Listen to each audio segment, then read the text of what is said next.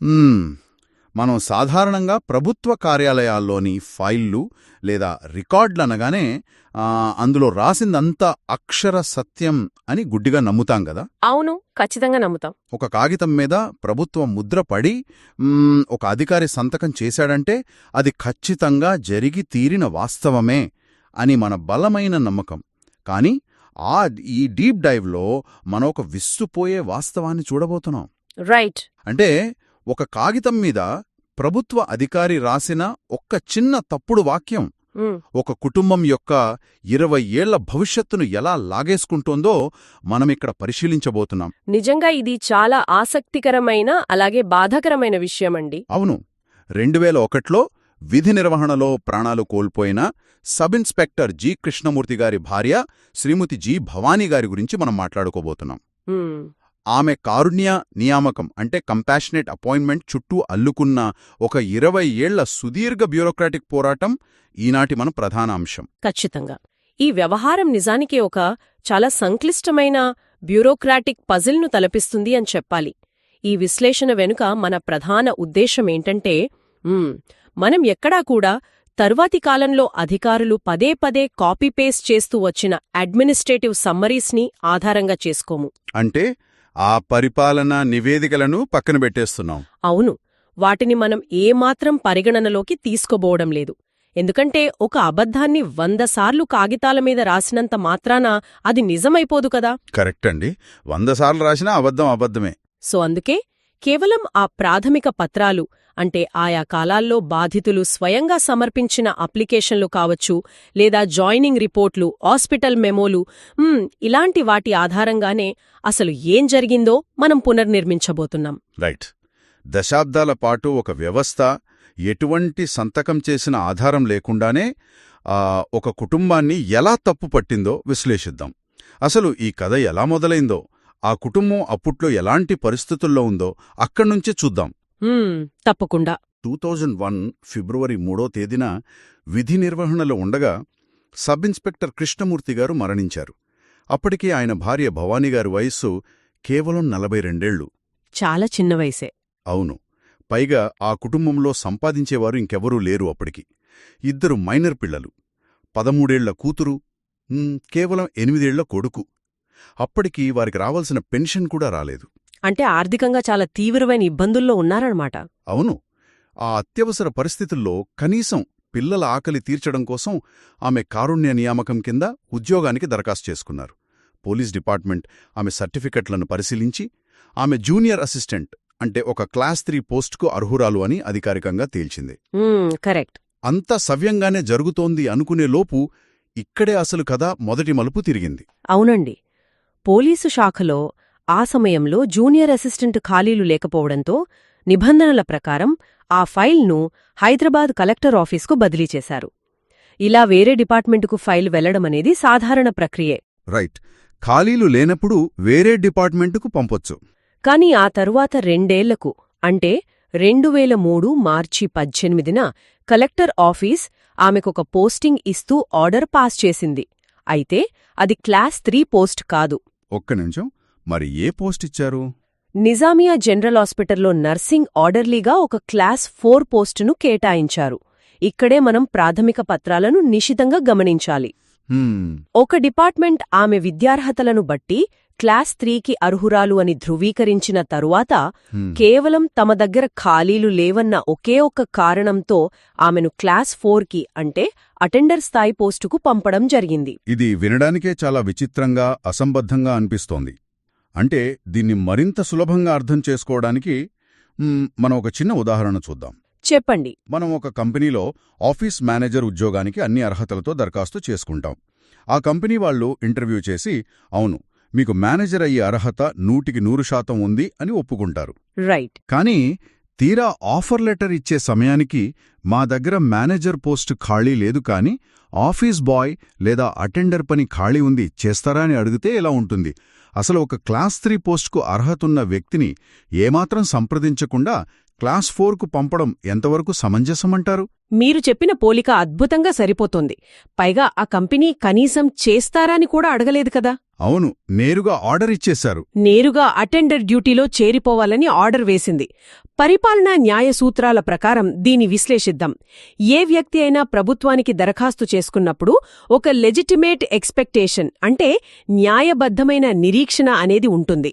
ఖచ్చితంగా ఉంటుంది. ముఖ్యంగా ఇలాంటి కారుణ్య నియామకాల్లో కేవలం ఏదో ఒక ఉద్యోగం పడేయడం కాదు, వాళ్ళ విద్యార్హతలకు సామాజిక హోదాకు తగిన పోస్టు ఇవ్వాలనేది సుప్రీంకోర్టు సైతం చెప్పిన ప్రాథమిక సూత్రం. అవును, వాళ్ల గౌరవాన్ని కూడా కాపాడాలి కదా. రైట్. ఆ క్లాస్ 4 ఆఫర్ వచ్చిన తర్వాత భవానీగారు ఎలా స్పందించారు అనేదే ఈ మొత్తం కేసును ఒక చిక్కుముడిగా మార్చిన అంశం. 2003 ఏప్రిల్ 7వ తేదీన ఆమె ఒక రిప్రజెంటేషన్ ఇచ్చారు. ఆ లెటర్లో ఏముంది? అందులో తన విద్యార్హతలకు, కుటుంబ పరిస్థితులకు తగిన వేరొక ప్రత్యామ్నాయ పోస్టును అంటే సూటబుల్ పోస్టును కేటాయించమని మాత్రమే ఆమె కోరారు. ఓహో, సరిగ్గా ఇక్కడే ఈ డీప్ డైవ్లో మనం ఛేదించాల్సిన అతిపెద్ద రహస్యం దాగుంది.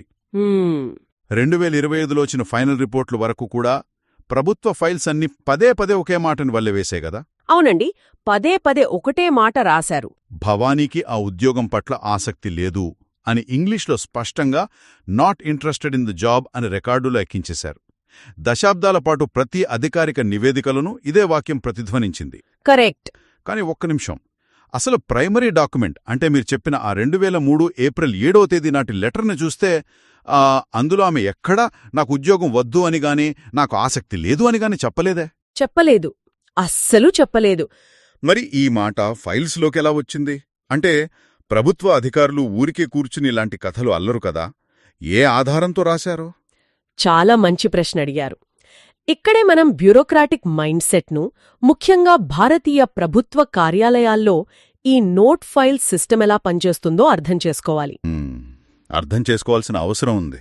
అధికారులు కావాలని కథలు అల్లకపోవచ్చు, కాని ఆ సిస్టంలో ఉన్న లోపమది.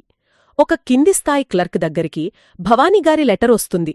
అందులో నాకీ క్లాస్ 4 వద్దు, నా అర్హతకు తగిన క్లాస్ 3 ఇవ్వండి అనుంటుంది కదా. అవును, ఉంటుంది. ఆ క్లర్క్ దాన్ని సింప్లిఫై చేసి పై అధికారికి పంపే నోట్ ఫైల్లో she is not interested in this post అని రాస్తాడు.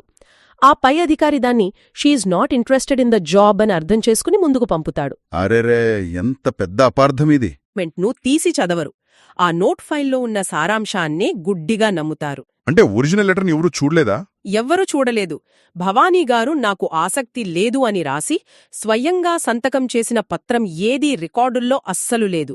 ఒక సంతకం చేసిన డాక్యుమెంట్ లేకుండా ఒక వ్యక్తికి ఆసక్తి లేదని ఎలా నిర్ధారిస్తారు చెప్పండి? అవును కదా, ఒక సంతకం కూడా లేదు. స్వయంగా వెళ్లి అప్లికేషన్లిస్తున్న వ్యక్తికి ఆసక్తి లేదని నిర్ధారించడమనేది పూర్తిగా వాస్తవ విరుద్ధమండి. వావ్, అంటే ఒక ప్రాథమిక ఆధారాన్ని చూడకుండా ఆ ముందు అధికారి రాసిన ఒక చిన్న తప్పు సారాంశాన్ని గుడ్డిగా నమ్మడం వల్ల ఈ అబద్ధం పుట్టిందన్నమాట. సరే, ఆసక్తి లేదు అన్నది అబద్ధమని ఆధారాలతో సహా తేలిపోయింది. అవును, ప్రైమరీ డాక్యుమెంట్స్ ద్వారా అది స్పష్టంగా తేలింది. మే 13న అపాయింట్మెంట్ ఆర్డర్ ఇచ్చామని, అందులో 30 రోజుల్లో చేరకపోతే ఆర్డర్ ఆటోమేటిక్గా క్యాన్సిల్ అవుతుందని నిబంధన ఉందని అధికారులు చెబుతున్నారు. ఇది టెక్నికల్గా కరెక్టే కదా. వాళ్లు ఆర్డర్ ఇచ్చారు, ఆమె జాయిన్ అవ్వలేదు, కాబట్టి క్యాన్సిల్ చేశారు. ఇందులో అధికారుల తప్పేముంది? పైకి చూడటానికి మీరు చెప్పిన లాజిక్ చాలా కరెక్ట్గానే అనిపిస్తోంది. కానీ ఇక్కడే అధికారుల వాదనకు, వాస్తవ ప్రవర్తనకు మధ్య ఉన్న భారీ వైరుధ్యాన్ని మనం పట్టుకోవాలి. వాస్తవంగా ఏం జరిగిందో తెలుసుకోవాలి. రికార్డులో దాగి ఉన్న ఒక అత్యంత కీలకమైన ప్రాథమిక పత్రాన్ని మనం బయటకు తీద్దాం ఇప్పుడు. 2004 ఆగస్టు 20వ తేదీన భవానీగారు స్వయంగా నిజామియా ఆస్పత్రికి వెళ్లి డ్యూటీలో చేరడానికి ఒక జాయినింగ్ రిపోర్ట్తో సిద్ధపడ్డారు. వెయిట్ ఒక్క నిమిషం. 2003 మే నెలలో ఆర్డర్ వస్తే ఆవిడ 2004 ఆగస్టులో వెళ్లడమేంటి? రూల్ ప్రకారం ఆ 30 రోజులే కదా టైం ఉండేది. అంటే ఆవిడ నిజంగానే ఆలస్యం చేసినట్లే కదా. ఇక్కడే అసలు లింక్ ఉంది. మనం ఇందాక మాట్లాడుకున్నట్లు ఏప్రిల్ 2003లో ఆవిడ నాకు సూటబుల్ పోస్ట్ ఇవ్వండి అని లెటర్ ఇచ్చారు కదా. అవును, ప్రత్యామ్నాయ పోస్ట్ అడిగారు. ఆ లెటర్పై ప్రభుత్వం నుంచి ఏడైనా రిప్లై వస్తుందని ఆవిడ ఆశగా ఎదురుచూశారు. నెలలు గడిచిపోయాయి. అటునుంచి ఎటువంటి సమాధానం రాలేదు. ఇంట్లో సంపాదించే నాదుడు లేడు. ఆ 2 చిన్నపిల్లలున్నారు. పాపం, పరిస్థితులు చాలా దారుణంగా ఉండి ఉంటాయి. ఖచ్చితంగా. గత్యంతరం లేక తనకి అర్హత లేకపోయినా అంటే ఆ తక్కువ పోస్టైనా సరే కనీసం ఆ క్లాస్ 4 డ్యూటీలో చేరడానికైనా ఆవిడ ఆస్పత్రికి వెళ్లారు. సరే, వెళ్లారు కదా, మరి జాయిన్ చేసుకున్నారా? ఆమె డ్యూటీలో చేరడానికి వెళ్ళినప్పుడు ఏం జరిగిందో తెలుసా? నిజామియా హాస్పిటల్ సూపరింటెండెంట్ స్వయంగా ఒక మెమో జారీ చేశారు. ఆ మెమో నంబర్ 1409/A1/NGH/2004. ఆ మెమోలో ఏముంది? అందులో ఏమనుందో వింటే మీరు నిజంగా ఆశ్చర్యపోతారు. ఓసీ కేటగిరీలో ఖాళీ లేదు అంటే నో ఓసీ వేకెన్సీ, కాబట్టి ఆమెను డ్యూటీలో చేర్చుకోలేకపోతున్నాము అని అధికారులే స్వయంగా లిఖితపూర్వకంగా రాసిచ్చారు. ఏంటి, ఖాళీ లేదని వాళ్లే రాసిచ్చారా? అరెరే, ఇది మరీ విచిత్రంగా ఉందండి. దీన్ని వింటుంటే నాకిందాకటి మేనేజరు అటెండర్ పోలిక కొనసాగింపుగా మరో పోలిక గుర్తొస్తోంది. చెప్పండి, అదెలా ఉందో? మనల్ని ఎవరైనా ఒక పార్టీకి ఎంతో గౌరవంగా ఆహ్వానిస్తారు. సరే అని మనం ఎంతో కష్టపడి తయారై ఆ పార్టీకి వెళ్తాం. కాని తీరా అక్కడికి వెళ్ళాక గేటు దగ్గరున్న వాచ్మెన్ లోపల జాగా లేదు, కుర్చీలు నిండిపోయాయి, మీరు వెనక్కెళ్ళిపోండి అని మనల్ని లోపలికి రానివ్వకుండా ఆపేస్తాడు. కరెక్ట్గా సరిపోతుంది ఈ అనాలజీ.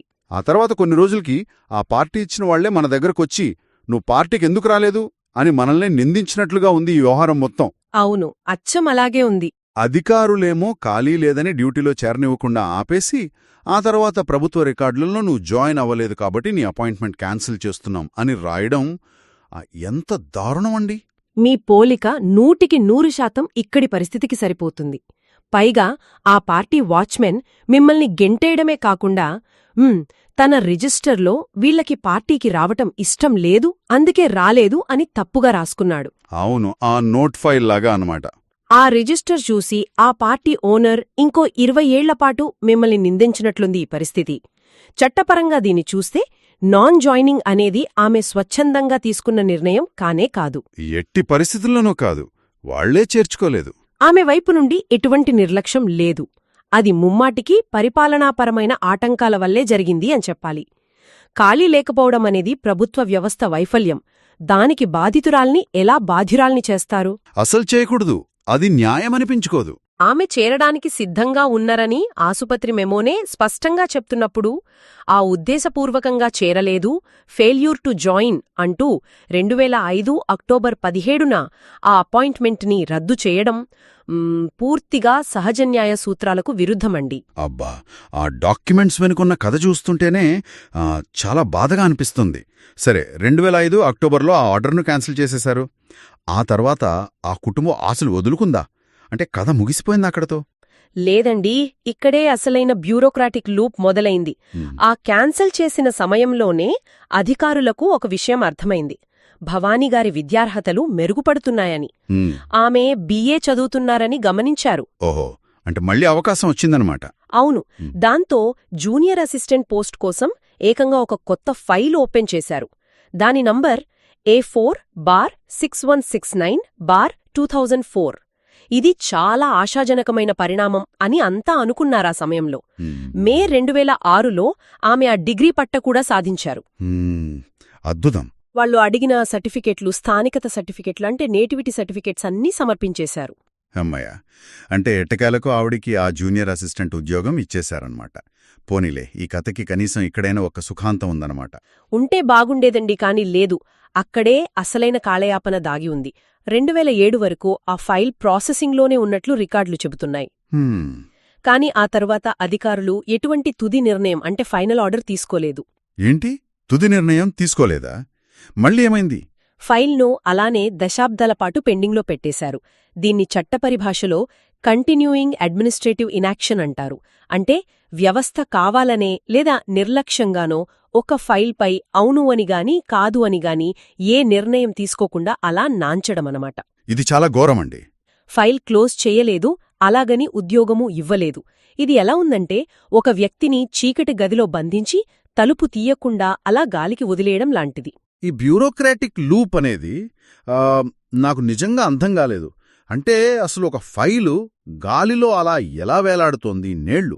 ఆ కుటుంబం ఒక ఆశతో అలా ఎదురుచూస్తూనే ఉండిపోయింది. ఇది భయంకరమైన మానసిక క్షోభ కదా. సరే ఇలా సంవత్సరాలు గడిచిపోయాయి. అవును, గడిచిపోయాయి. 2001లో తండ్రి చనిపోయే నాటికి 8 ఏళ్ల పిల్లాడుగా ఉన్న కొడుకు విష్ణు శర్మ 2017 నాటికి పెద్దవాడయ్యాడు. బీటెక్ పూర్తి చేసి తన తండ్రి స్థానంలో తనకు కారుణ్య నియామకం కింద ఉద్యోగం ఇవ్వమని అప్లికేషన్ పెట్టుకున్నాడు. అవును, అప్లికేషన్ పెట్టుకున్నాడు. ఇక్కడ నేను మళ్ళీ ఒకసారి సిస్టమ్ వైపు నుంచి మిమ్మల్ని ప్రశ్నిస్తాను. 2001లో జరిగిన ఘటనకు 2017లో వచ్చి అడిగితే ఎలా ఇస్తారు? ఇప్పుడు దాదాపు 20 ఏళ్లు గడిచిపోయాయి కదా. పిల్లాడికి 28 ఏళ్లు, వాళ్ళ అమ్మగారికి 58 ఏళ్లు వచ్చేశాయి. Right, logical question. నిబంధనల ప్రకారం ఇన్ని సంవత్సరాల తర్వాత ఫైల్ను ఓపెన్ చేయడం టెక్నికల్గా తప్పే కదా. న్యాయస్థానాలు కూడా కాలదోషం పట్టిన కేసులను, అంటే టైం బార్డ్ క్లెయిమ్స్ని ఒప్పుకోవు కదా. ప్రభుత్వ అధికారులు రిజెక్ట్ చేయడంలో న్యాయం ఉంది కదా అని అడుగుతున్నా. మీరడిగిన పాయింట్ చాలామందికొచ్చే సహజమైన సందేహమే. ప్రభుత్వ అధికారులు వాడే ప్రధాన వాదన కూడా ఇదే, సమయం మించిపోయింది కాబట్టి ఇప్పుడు ఇవ్వలేము అని. కానీ న్యాయపరంగా చూస్తే ఇది పూర్తిగా తప్పు. తప్పా? ఎలాగండి? ఎందుకంటే జాప్యం చేసింది అధికారులు, అప్లికెంట్ కాదు. 2006లో మొదలైన కొత్త ఫైల్ను ఏ నిర్ణయం తీసుకోకుండా మూలన పడేసింది ప్రభుత్వ కార్యాలయాలు కదా. ఆ డిలేకి, అంటే ఆ జాప్యానికి శిక్ష ఆ బాధిత కుటుంబం ఎందుకు అనుభవించాలి? నిజమే, వాళ్ల తప్పు లేదు కదా అందులో. 2017 నాటి ఈ కొడుకు అప్లికేషన్ను గమనిస్తే అధికారులు ఒక తెలివైన లేదా ఒక రకంగా కుట్రపూరితమైన పని చేశారు. కంటిన్యూ అవుతున్న పాత ఫైలుకు కొనసాగింపుగా దీన్ని చూడకుండా దీన్ని పూర్తిగా ఒక కొత్త అప్లికేషన్గా, అంటే ఫ్రెష్ క్లెయిమ్గా పరిగణించారు. ఓ, అంటే పాత ఫైల్కి లింక్ కట్ చేసేశారన్నమాట. అవును, అది ముమ్మాటికి తప్పు. 2001లో మొదలైన వాళ్ల క్లెయిమ్ ఎక్కడా చట్టబద్ధంగా ముగియలేదు. అంటే అది నాట్ లీగల్లీ క్లోజ్డ్ అన్నమాట. అధికారుల నిర్ణయం తీసుకున్నంతకాలం ఆ హక్కు బతికే ఉంటుంది. అంటే సిస్టమ్ క్లోజ్ చేసేదాకా వాళ్లకు ఆ హక్కు ఉంటుంది. అవును, సుప్రీంకోర్టు కూడా చాలా కేసుల్లో స్పష్టంగా చెప్పిందేంటంటే అధికారుల నిర్లక్ష్యం వల్ల జరిగిన జాప్యానికి ఆ బాధితులను ఎట్టి పరిస్థితుల్లోనూ బాధ్యులను చేయకూడదు అని. వావ్, అంటే జాప్యం చేసింది వాళ్లే, ఆ జాప్యాన్నే సాకుగా చూపి అప్లికేషన్ రిజెక్ట్ చేసింది వాళ్లే అనమాట. సరే, ఆ రిజెక్ట్ చేసినప్పుడు వాళ్లు రాసిన కారణాలేంటి? 2020 నుంచి 2025 వరకు పదే ఈ రిపోర్ట్లు పైకెళ్లాయి కదా. చాలాసార్లు వెళ్లాయి. పోలీస్ కమిషనర్ ఆఫీస్ నుంచి డైరెక్టర్ జనరల్ ఆఫ్ పోలీస్, అంటే డీజీపీ ఆఫీస్కి, అక్కడ్నుంచి హోమ్ డిపార్ట్మెంట్ ప్రభుత్వానికి. ఈ స్థాయి అధికారులంతా ఆ ఫైల్ని చూశారు కదా. వాళ్లైనా అసలు నిజమేంటో గ్రహించలేదా అని నాకు డౌట్ వస్తోంది. ఇక్కడే వ్యవస్థ యొక్క వైఫల్యం అనేది మనకు నగ్నంగా కనిపిస్తోంది. ఇంతమంది ఉన్నతాధికారులు ఆ ఫైల్ను చూశారు, కానీ ఏ ఒక్కరూ కూడా అసలు ఆ ప్రాథమిక పత్రాలను తీసి చూడలేదు. ఒక్కరు కూడా చూడలేదా? ఇది దారుణం కదా. అవును, పాత రిపోర్ట్లలో ఒక గుమాస్తా రాసిన ఆవిడకు ఆసక్తి లేదు లేదా ఆమె జాయిన్ అవ్వలేదు అనే ఆ పాత అబద్ధాన్నే మళ్లీ కాపీ కొడుతూ పై అధికారులకు, చివరికి ప్రభుత్వానికి కూడా నివేదికలు పంపారు. కాపీ పేస్ట్ జరిగిపోయిందన్నమాట. 2025 నవంబర్ 14న ఇచ్చిన ఫైనల్ రిపోర్ట్లో కూడా ఎలాంటి మొహమాటం లేకుండా ఆమెకు ఉద్యోగమంటే ఆసక్తి లేదు అని మళ్లీ రాసేశారు.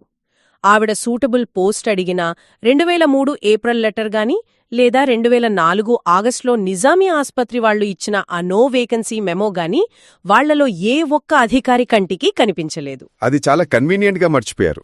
కరెక్ట్. ఇది కేవలం నిర్లక్ష్యం కాదు, ఒక కుటుంబం పట్ల వ్యవస్థ చూపిన అత్యంత బాధ్యతారాహిత్యం. అసలు కారుణ్య నియామకం అనేది ఎవరూ దయతో ఇచ్చేది కాదండి. దేశం కోసం లేదా విధి నిర్వహణలో ప్రాణాలు కోల్పోయిన కుటుంబానికి ఆర్థిక సంక్షోభం నుంచి గట్టెక్కడానికి ఇచ్చే కనీస భరోసా అది. దాని అర్థాన్నే వీళ్లు మార్చేశారు. నిజంగా చూస్తుంటే ప్రాణం పెట్టి డ్యూటీ చేసిన ఆ పోలీస్ ఆఫీసర్ ఆత్మ కూడా ఈ వ్యవస్థను చూసి ఘోషిస్తోందేమో అనిపిస్తోంది. సరే, ఇప్పుడు 2026 వద్దాం. ఆ భవానీ గారికి ఇప్పుడు వయసు పైబడిపోయింది. రిటైర్మెంట్ వయసును ఎప్పుడో దాటేశారు. ఇప్పుడు పరిస్థితి ఏంటి వాళ్ళది? వాళ్ళు ఆశ వదులుకున్నారా లేదా పోరాడుతున్నారా? లేదండి, ఒక తల్లి తన పిల్లల భవిష్యత్తు కోసం చేసే పోరాటం ఎప్పుడూ అంత సులభంగా ఆగిపోదు. ఇప్పుడు ఆమె తన కొడుకుకి ఆ అవకాశం దక్కాలని కోరుతూ ఏకంగా కలెక్టర్కే మరొక వివరణాత్మక కౌంటర్ రీప్రజెంటేషన్ సమర్పించారు. ఆ కౌంటర్లో ఏం చెప్పారు? అందులో ఆమె చాలా స్పష్టంగా, చాలా ధైర్యంగా ఒక మాట అడిగారు. మీరు రాసుకున్న ఆ నోట్ ఫైల్స్, ఆ తప్పుడు వాక్యాలను పక్కన పెట్టి నేను సమర్పించిన అసలు పత్రాలను అంటే ప్రైమరీ డాక్యుమెంట్స్ని మాత్రమే పరిశీలించి న్యాయం చేయండి అని కోరారు. ఇది చాలా పవర్ఫుల్ స్టేట్మెంట్ కదా. అవును. పైగా నేను ఆసక్తి లేదు అని సంతకం చేసిన కాగితం ఒక్కటి చూపించినా నేను వెనక్కి తగ్గిపోతాను అని ఆమె సవాల్ చేశారు. 20 ఏళ్లుగా కాపీ పేస్ట్ అవుతున్న అడ్మినిస్ట్రేటివ్ అబద్ధానికి చెక్ పెట్టాలని ఆవిడ పోరాడుతున్నారు. ఈవిడ అడుగుతుంది చాలా న్యాయమైన కోరిక కదా. నేను అనని మాటను అన్నట్లుగా రికార్డులలో ఎలా రాస్తారు అని అడుగుతోందావిడ. ఖచ్చితంగా. ఆమె చేసిన ఆ డిమాండ్ చాలా ప్రాథమికమైనది.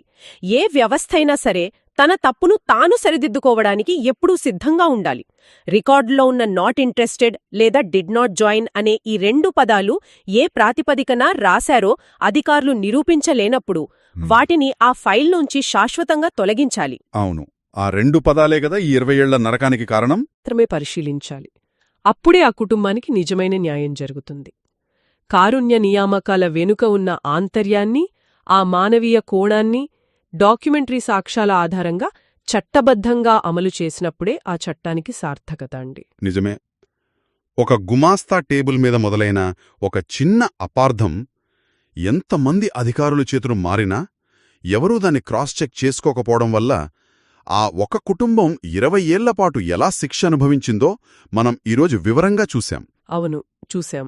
రికార్డులలోని వాస్తవాలకు మరియు ఆ తర్వాత దొర్లిన కాపీ పేస్ట్ నివేదికలకు మధ్య ఎంతో పెద్ద అగాధం ఉందో ఈ కేసు మనకు కళ్లకు కట్టినట్లు చూపుతోంది. అధికారిక నివేదికలు ఎప్పుడు గుడ్డిగా నిజం అనుకోకూడదని, ఆ వాటిని కూడా గట్టిగా ప్రశ్నించాల్సిన అవసరం ఉందని ఈ డీప్ డైవ్ మనకు నేర్పుతోంది. ఖచ్చితంగా ఇది ప్రతి ఒక్కరూ ఆలోచించాల్సిన విషయం. ఈ లోతైన విశ్లేషణను ముగించే ముందు వినేవారికొక చిన్న ఆలోచన వదలాలనుకుంటున్నాను. ఈ ఒక్క కేసును పక్కన పెడితే అసలు మన చుట్టూ ఉన్న అధికారిక వ్యవస్థల్లోని వేలాది ఫైళ్లలో ఇలాంటి పునాదిలేని తప్పులు ఇంకెన్ని దాగి ఉన్నాయో కదా. అవును, ఊహిస్తేనే భయంగా ఉంది. ఏ ఆధారమూ లేకుండా, ఎవరి సంతకమూ లేకుండా, ఎవరో ఒక క్లర్కు రాసిన ఒక చిన్న తప్పుడు వాక్యం వందలాది సార్లు పై అధికారులచే కాపీ పేస్ట్ చేయబడి ఆ చివరికి అదే అతిపెద్ద సత్యంగా చలామణి అయిపోతుంటే అసలు మనం ఏ రికార్డుల ఆధారంగా ఈ దేశంలో న్యాయాన్ని ఆశిస్తున్నాం? వ్యవస్థ ముందు ఒక సామాన్యుడి పోరాటం ఎంత కఠినంగా ఉంటుందో ఒకసారి ఆలోచించండి.